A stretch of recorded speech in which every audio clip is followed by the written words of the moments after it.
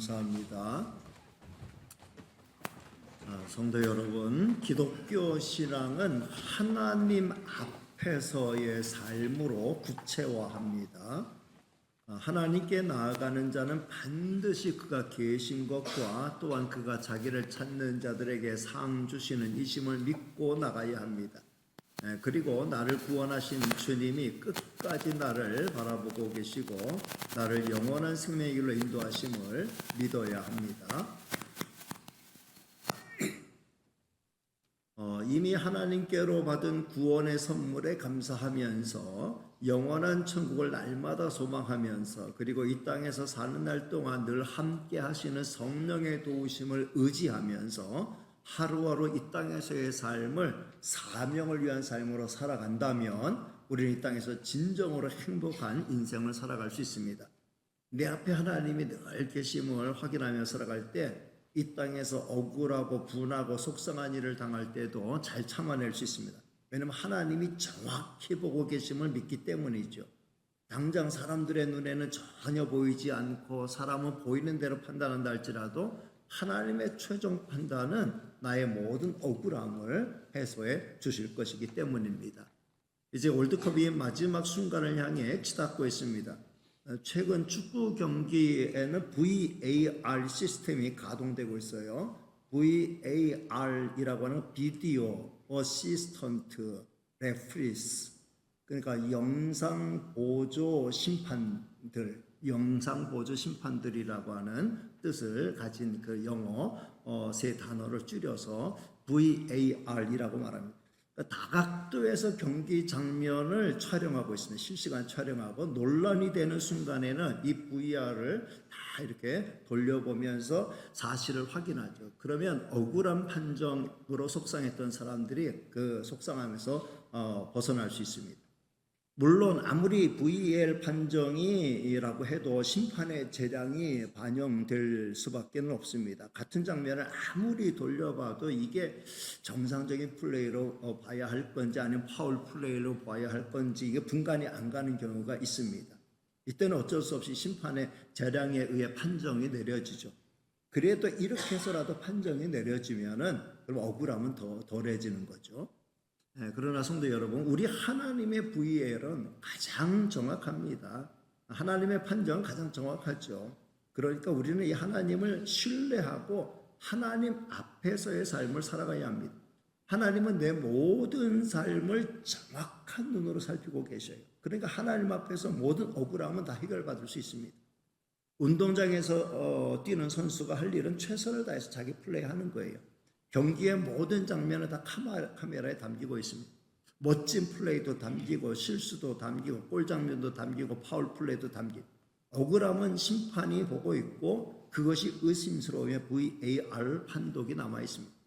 축구 선수와 마찬가지로 성도도 이 땅에서 살아가는 동안 최선을 다해서 자기 책임과 역할을 감당해야 합니다. 이 모든 장면은 하나님의 VAR에 담기고 있기 때문이죠. 따라서 억울할 일 하나도 없습니다. 하나님께 받을 칭찬과 상급을 생각하면서 오늘도 최선을 다하는 저와 여러분 다 되시기를 주님의 이름으로 축복합니다. 요즘 우리는 다윗을 살피는 가운데 있습니다. 다윗은 하나님의 마음에 드는 사람이었죠. 그 마음이 하나님의 마음에 들었다는 것은 그 마음이 하나님 닮았다는 거고, 그 마음이 하나님 닮았다는 것은 그 삶이 하나님을 닮았다는 것으로 평가할 수 있습니다. 따라서 우리는 이런 다윗의 삶을 통해서 배울 점이 뭔가 이걸 찾아가는 가운데 있죠. 가장 먼저 찾은 게 하나님을 진심으로 사랑하는 다윗의 마음. 여호와는 나의 목자이시니 내가 부족함이 없다라고 고백한 이 고백 속에서 하나님으로 인하여 충분히 만족하며 살아가는, 하나님께 푹 빠져 살아가는 이 다윗의 이 모습, 이걸 본받자 말씀드렸고, 지난 시간에 살펴본 것은 다윗의 열정이었죠. 모두가 다 골리앗 앞에 숨죽이며 납작 엎드려 있을 때 하나님의 이름으로 분연히 일어나 골리앗을 때려눕히고 이스라엘에게 대성을 안긴 그런 내용을 살펴봤습니다. 오늘 말씀은 지난 시간에 드린 말씀에 이어지는 내용이죠. 다윗은 자기가 직접 목을 벤 이 사울의 머리를 들고 있었어요. 정말 우리가 그 장면을 상상해 본다고 하면은 끔찍하지요. 자른 머리를 들고 있는 거예요. 피가 뚝뚝 떨어지죠. 그걸 들고 다윗은 사울왕 앞으로 인도되었습니다. 그때로부터 다윗은 사울왕의 신복이 될 수 있었죠. 그뿐 아니라 사울왕의 아들이 왕자 요나단도 다윗을 매우 좋아하게 되었어요. 요나단은 자기가 입던 갑옷을 벗어서 다윗에게 주고 자기 군복, 칼, 활, 띠도 다 주었습니다. 이후 다윗은 승승장구하였죠. 다윗의 인기는 하늘을 찌를 듯하였습니다. 사무엘상 18장 5절 말씀을 띄워드립니다. 같이 보겠습니다. 시작. 다윗은 사울이 보내는 곳마다 가서 지혜롭게 행하매 사울이 그를 군대의 장으로 삼았더니 온 백성이 합당히 여겼고 사울의 신하들도 합당히 여겼더라. 아멘. 부채질하는 분 한 분도 없죠. 오싹하죠? 머리 들고 있으니까. 온도를 조금 올려주시고 다시 부채질하는 분이 생기면은 온도를 또 좀 낮춰주시면 세기만 약으로 잘 맞춰주시면 좋을 것 같아요. 성도 여러분, 다윗은 전쟁만 잘한 것이 아니라 대단히 지혜롭게 행동했습니다. 지혜롭게 행동했다는 건 꾀가 많았다는 게 아니에요. 여러분, 꾀가 많은 것과 지혜로운 것은 다른 거예요. 참된 지혜는 하나님 앞에서 진실하고 성실함에서 나오는 거죠. 다윗은 지혜롭게, 그러니까 하나님 앞에서 진실하고 성실하게 행동했습니다. 그래서 하나님의 마음뿐 아니라 많은 백성의 마음을 얻었고 동료들과 상관들과 부하들에게서도 인정을 받게 된 거죠. 저는 저와 여러분이 하나님과 사람 앞에 이렇게 진실하고 성실한 사람으로 인정받게 되기를 주님의 이름으로 축복합니다. 그러나 이 다윗을 향한 사울왕의 마음은 한결같지 않았어요. 다윗이 좋을 때는 한없이 좋게 보였지만 어느 순간 갑자기 한없이 미워졌습니다. 그렇게 미움이 솟아나면 당장이라도 다윗을 죽이고픈 이런 마음이 불일듯 타올랐어요. 사울왕이 그렇게 된 데에는 그럴 만한 이유가 있습니다. 오늘 같이 읽은 본문 18장 6절로부터 9절까지 말씀을 다시 한번 천천히 읽어보겠습니다. 시작. 무리가 돌아올 때 곧 다윗이 블레셋 사람을 죽이고 돌아올 때에 여인들이 이스라엘 모든 성읍에서 나와서 노래하며 춤추며 소고와 경세를 가지고 왕 사울을 환영하는데 여인들이 뛰놀며 노래하여 이르되 사울이 죽인 자는 천천히요 다윗은 만만이로다 한지라. 사울이 그 말에 불쾌하여 심히 노하여 이르되 다윗에게는 만만을 돌리고 내게는 천천만 돌리니 그가 더 얻을 것이 나라 말고 무엇이냐 하고 그날 후로 사울이 다윗을 주목하였더라. 이제 전쟁이 어느 정도 마무리되고 이제 개선 장군으로 이제 돌아올 때에 왕을 환영하는데 막상 부르는 노래는 왕을 위한 노래보다는 다윗을 위한 노래.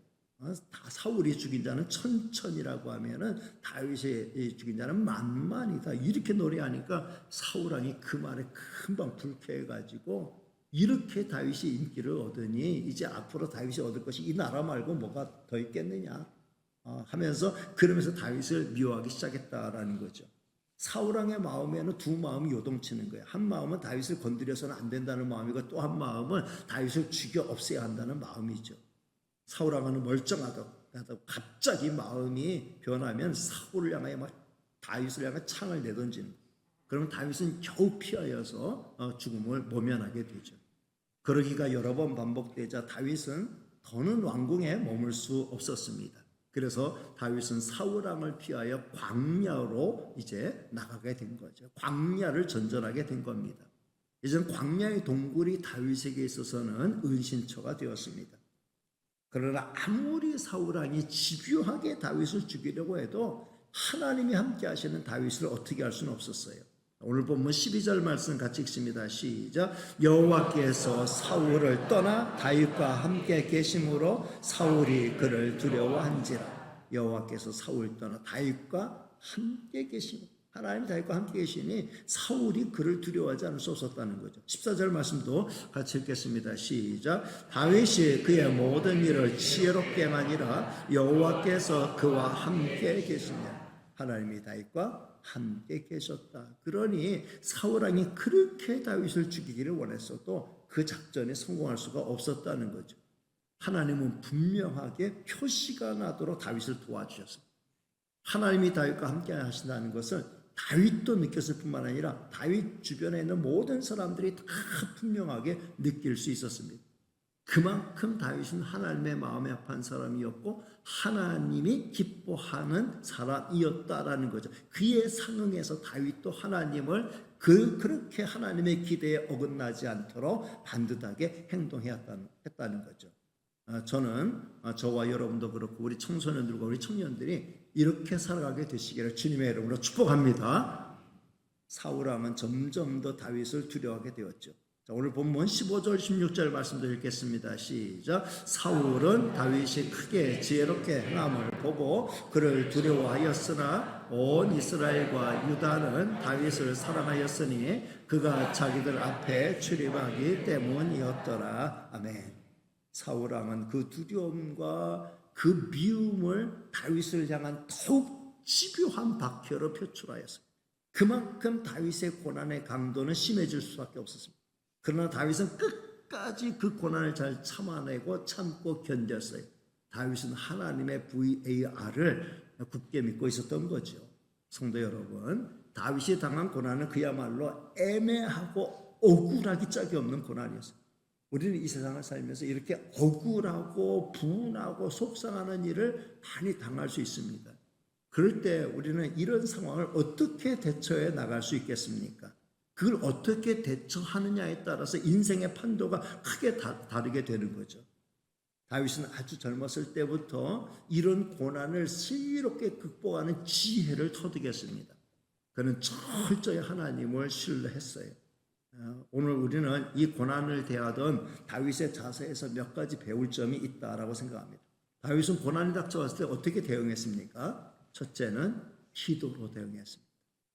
시편 57편 1절과 2절 말씀은 표제에 다윗이 사울을 피하여 굴에 있던 때, 사울왕의 박해를 피하여서 굴로 도망가여 있을 때 다윗이 하나님께 기도로 대응했다라고 하는 걸 보여주고 있습니다. 뭐라고 기도했습니까? 같이 볼까요? 시작. 하나님이여 내게 은혜를 베푸소서, 내게 은혜를 베푸소서. 내 영혼이 주께로 피하되 주의 날개 아래에서 이 재앙들이 지나기까지 피하리이다. 내가 지존하신 하나님께 부르짖으며 곧 나를 위하여 모든 것을 이루신 하나님께로다. 아멘.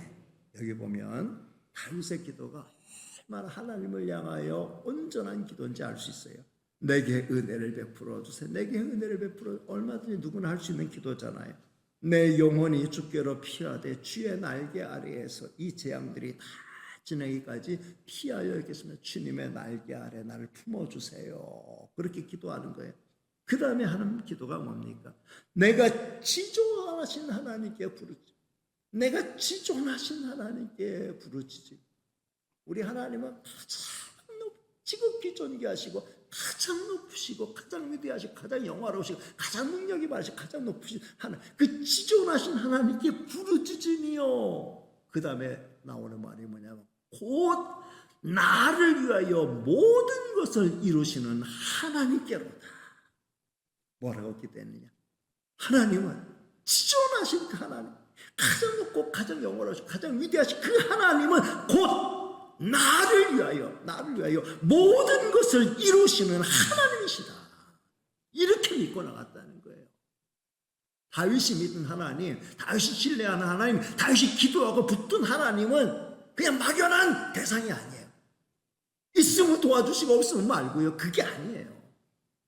내가 부르짖어 기도하는 나의 기도의 대상은 나를 사랑하시고 나를 불러주시고 나의 목자가 되시고 내가 따르고 있는, 내가 의지하고 있는 그 하나님은 어떤 하나님? 지존하신 하나님이신데 나를 위하여 모든 것을 이루시는 하나님이십니다. 하나님께서 모든 걸 이루시는 하나님, 그 하나님이시기 때문에 나는 그 하나님께 모든 걸 맡기고 나는 기도합니다 하면서 나간 거예요. 여러분, 저와 여러분의 하나님은 저와 여러분의 모든 것을 이루어 주신 하나님이신 줄 믿으시길 바랍니다. 독생자 예수 그리스도를 내주셨어요.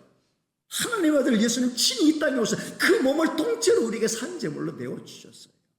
우리를 위해서 모든 것을 이루신 하나님이 나의 하나님이실진데 우리가 하나님을 붙들고 하나님께 기도하며 나가면 거기서 답이 나오게 되는 줄로 믿습니다. 이게 고난을 대하는 다윗의 대응 방식이었어요. 다윗은 늘 기도했고 그때마다 하나님의 도우심을 힘입을 수 있었습니다. 둘째, 사람 미워하지 않았습니다. 무엇보다 악으로 악을 갚지 않았습니다. 다윗은 복수심에 사로잡히지 않았습니다.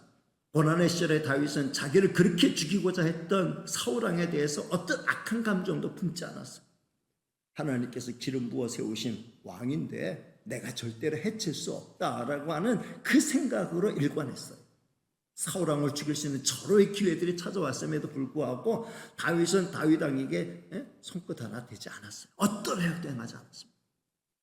세 번째는 절대로 스스로 포기하지 않았습니다. 절대로 낙심하고 절망하고 좌절하지 않았습니다.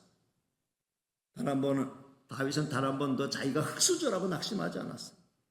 다윗은 절대로 내가 사무엘 선지자에게 기름 부음 받으면 무슨 소용이 있냐? 그렇게 불평하지 않았어요. 내가 골리앗 때려 죽이고 이스라엘에게 영웅이 되었는데 지금 나에게 돌아온 게 뭐냐? 나라가 나를 위해서 해주는 게 뭐냐? 왕이 나를 위해 해주는 게 뭐냐? 불평 원망할 수 있고 짜증낼 수 있지만 그렇게 하지 않았어요. 다윗은 사울왕이 자기를 박해하는 것에 대해서 이해하지 못할 일이 발생한 것처럼 이상하게 생각하지 않았어요. 돌려 생각하면 내가 사울왕이라도 얼마든지 그렇게 행동했을 것이라고 하는 그런 생각 가지고 유연하게 대처할 수 있었습니다. 다윗은 그저 묵묵히 참고 견딘 거예요. 현대 무통묵명한 이렇게 묵묵히 참고 견디는 걸 싫어하지요. 그렇게 하지 말라고 합니다. 그러나 하나님을 믿는 사람은 참고 견딜 수 있어야 되는 거예요. 다윗은 하나님을 믿기 때문에 참고 견뎠던 거죠. 네 번째는 때를 기다리며 준비했습니다. 다윗은 광야 시절을 헛되게 보내지 않았습니다. 그 모든 경험을 기도의 시로 남겼어요. 다 그 시로 남겼어요. 광야에서 그 간절하게 기도했던 그 기도의 내용들을 다 시로 남겼어요.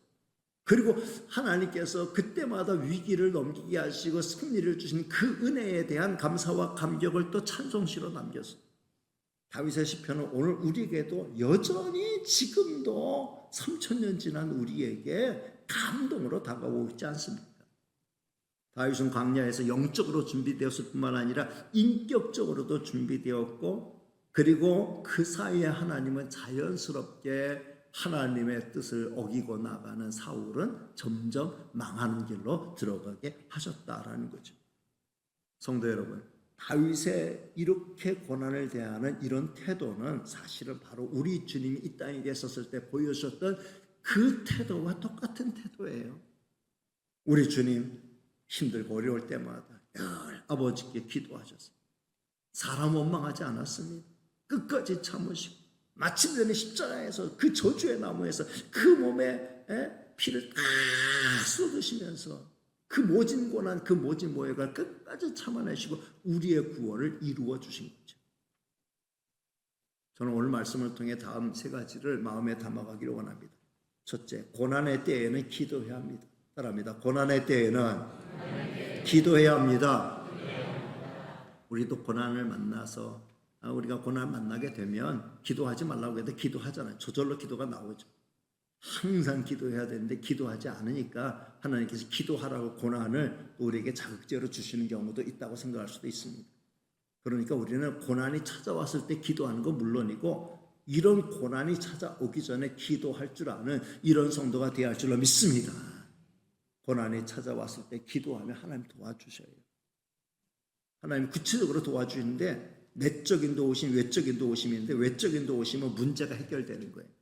오늘 밤 기도하고 열심히 기도하고 하나님께 맡기고 잤더니 다음날 아침 일어나니까 문제가 다 해결되어 있는 거예요. 하나님이 외적으로 도와주신 거예요. 근데 내적인 도움이 있어요. 내적인 도움은 뭐냐면은 기도하는 동안 내 마음이 커지고 내 믿음이 커져서 문제로 보였던 게 더 이상 문제로 보이지 않는 거예요. 이렇게 내 마음이 커지면 조금 전까지 내가 그것 때문에 발발 썰었어요. 하늘이 무너지는 것들 앞에 캄캄함을 느꼈는데 다시 보니까 아무런 문제가 아니에요. 능히 극복할 수 있고 뛰어넘을 수 있는 아무런 문제가 아닌 걸로 이 또한 지나가리라 이런 유연한 마음이 생기는 거죠. 기도할 때에 이런 외적인 도움과 내적인 도움을 얻을 수 있는 거예요. 고난이 찾아왔을 때 기도하는 성도가 되시길 바랍니다. 그리고 고난이 찾아왔을 때 기도하면 더 큰 유익이 있어요. 뭐냐면 하나님과 더 깊은 관계 속으로 들어가게 되는 거예요. 멀리 여기서도 하나님이 내 곁에 계신 하나님으로 느껴져요. 지존하셨던 하나님, 저 지존하신 높이 계신 영화로우신 하나님이 나를 위하여 모든 것을 이루시는 하나님, 구체적으로 나를 도와주시는 나의 하나님으로 뜨겁게 느껴지는 거예요. 그 위대하신 하나님이 나를 위하여 모든 것을 이루시는 하나님으로 믿어졌을 때에 그 하나님 붙들고 나가는 그는 이미 모든 문제를 다 뛰어넘은 거예요. 더 이상 문제는 문제될 거 하나도 없습니다. 이게 기도로 얻게 되는 가장 본질적인 축복이라고 말할 수 있어요. 여러분, 기도하면서 문제 해결만을 목적으로 생각하지 마세요. 기도는 하나님과 나와를 연결하는 채널인데, 기도로 문제 때문에 기도하지만 기도라고 하는 입산을 통해서 우리는 하나님과 더 친밀하게 되는 줄로 믿습니다. 하나님도 깊이 경험하게 되는 줄로 믿습니다. 하나님과 더 성숙한 신앙의 관계 속으로 빨려 들어가게 되는 거예요. 그러니까 여러분, 고난이 찾아오면 불평 원망하지 말고 하나님께 엎드려서 기도하고 하나님의 은혜와 도우심을 구하고 하나님을 인격적으로 만나는 기회로 삼으시는 성도가 되시기를 주님의 이름으로 축복합니다. 두 번째, 절대로 사람을 원망하거나 사람을 미워하면 안 됩니다. 따라합니다. 절대로 사람을 원망하거나 사람을 미워하면 안 됩니다. 일단 내게 고난이 찾아오면 사람들은 뭘 생각하는가 하면, 왜 이렇게 됐을까? 원인이 뭘까? 원인을 찾아요. 이유를 찾아요.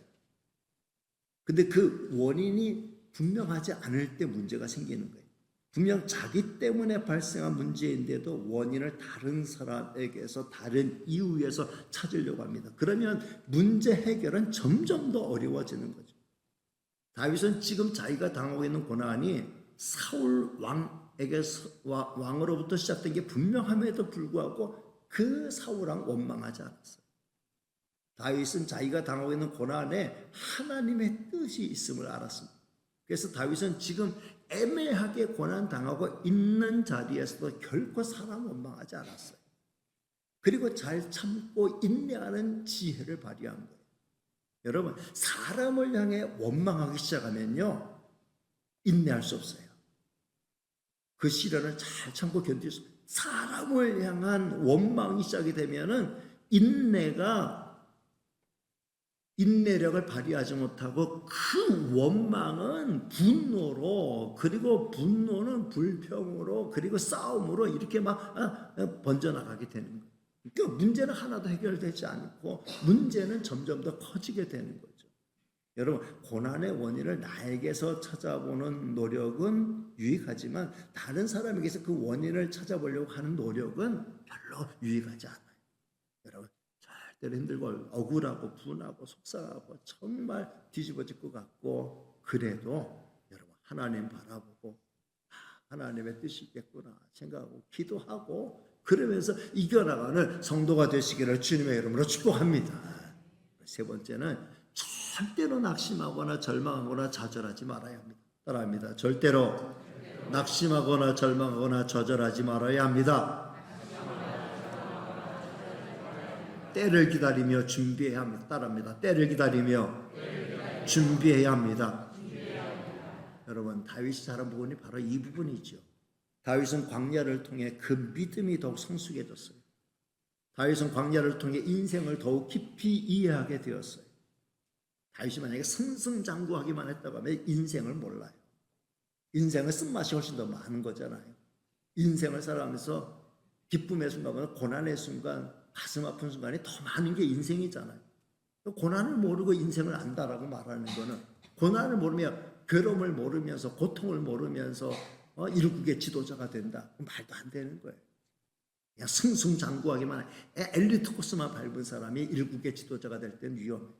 많은 시련도 겪고 고난도 겪고 어려움도 겪고 그러면서 넘어져 보기도 하고 실패해 보기도 하고 낙심 절망 좌절도 경험하면서 극복한 사람이, 그런 사람이 큰 사람이 돼요.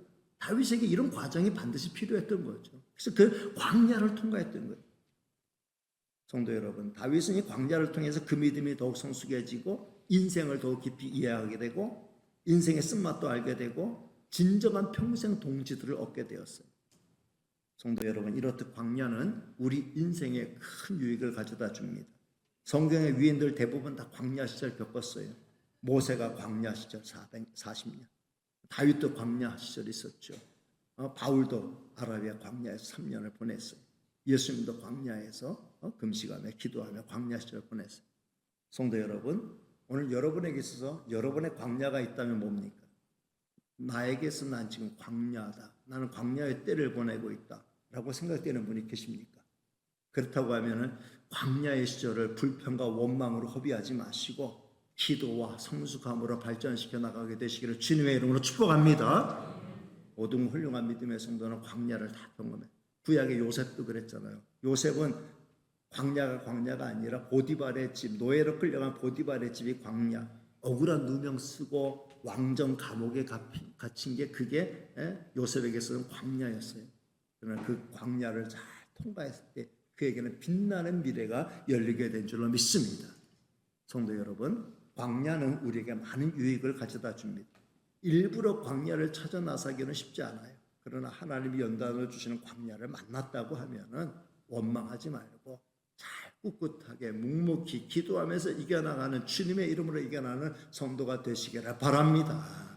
로마서 5장 3절 말씀 마지막 읽어드리겠습니다. 같이 읽습니다. 시작. 다만 이뿐 아니라 우리가 환난 중에도 즐거워하나니 이는 환난은 인내를, 인내는 연단을, 연단은 소망을 이루는 줄 알미로다. 아멘.